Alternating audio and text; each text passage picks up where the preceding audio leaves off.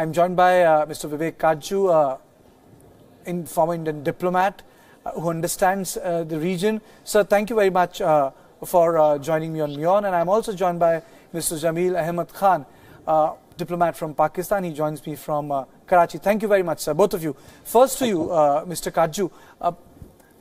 Can you sum up this development for us which has taken place? Is it one-off or can we expect some more? Should not be one-off.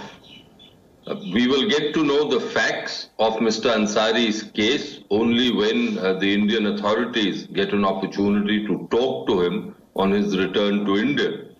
But the important thing in these matters is that if a national of another country, say in the case of India and Pakistan, is arrested and is thereafter convicted by a judicial authority, a court, then after the completion of sentence, that person should be sent back forthwith to the country of his origin, especially after his nationality has been established. And if his nationality is established before he is released, then or before his conviction ends, then there should be no gap between the end of his prison sentence and his departure to his home country, as has happened in this case. It should be a routine matter. Unfortunately, it is not a routine matter in the case of Pakistan, and therefore our foreign ministry, our external affairs ministry had to remind their Pakistani counterparts. And from what I've read in the papers, it is good that a court in Pakistan asked the Pakistani authorities under which law will they hold Mr. Ansari once the sentence is over.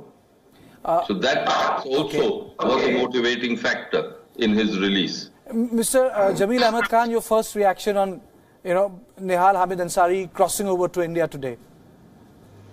Yeah, Mr. Kaju has described about the Vienna Convention and the consular access. I would offer a few points on that later on. But basically, it's true that after the completion of, in normal cases, after the completion of the sentence, the person, whether the national or person of other nation, has to be released. But there are certain formalities before they are released, and those are the documentation. And what could be those documentation? I won't have the whole fact in front of me because the file obviously would be with the court and the lawyer. But basically, what can be visualized is that the travel document which could have been made by the High Commission here, Indian High Commission, which was not a problem at all.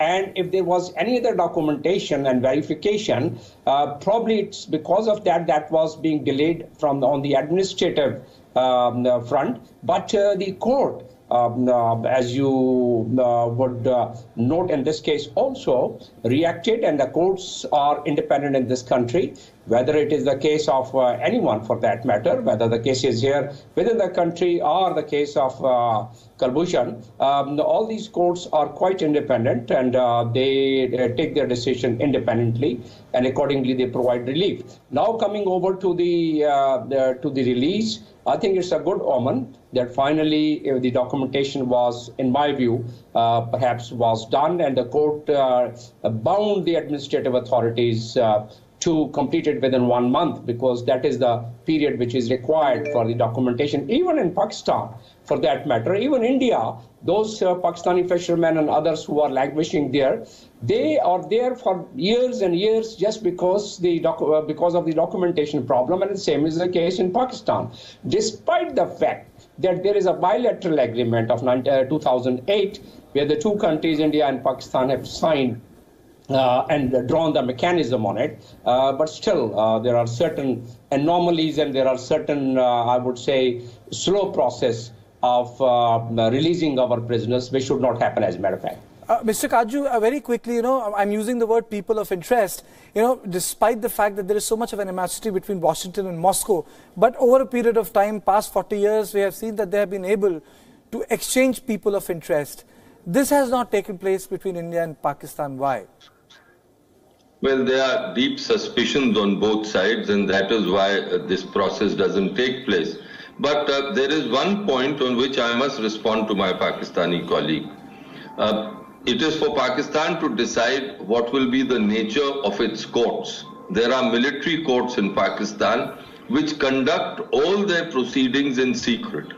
This is certainly not up to international judicial standards, where even espionage cases, and this poor man, this poor boy, and by all accounts, he had strayed across because he had befriended a girl and on the social media, and that had led him to get into Pakistan.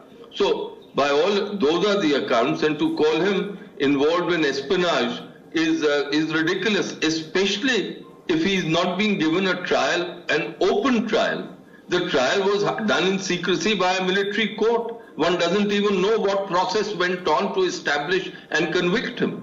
Now, that is not an internationally accepted process. And I'm sure my friend Pakistani colleague will agree with me that in no democratic country is there a military court which conducts these kind of proceedings in secret. Yes. These have to be open proceedings.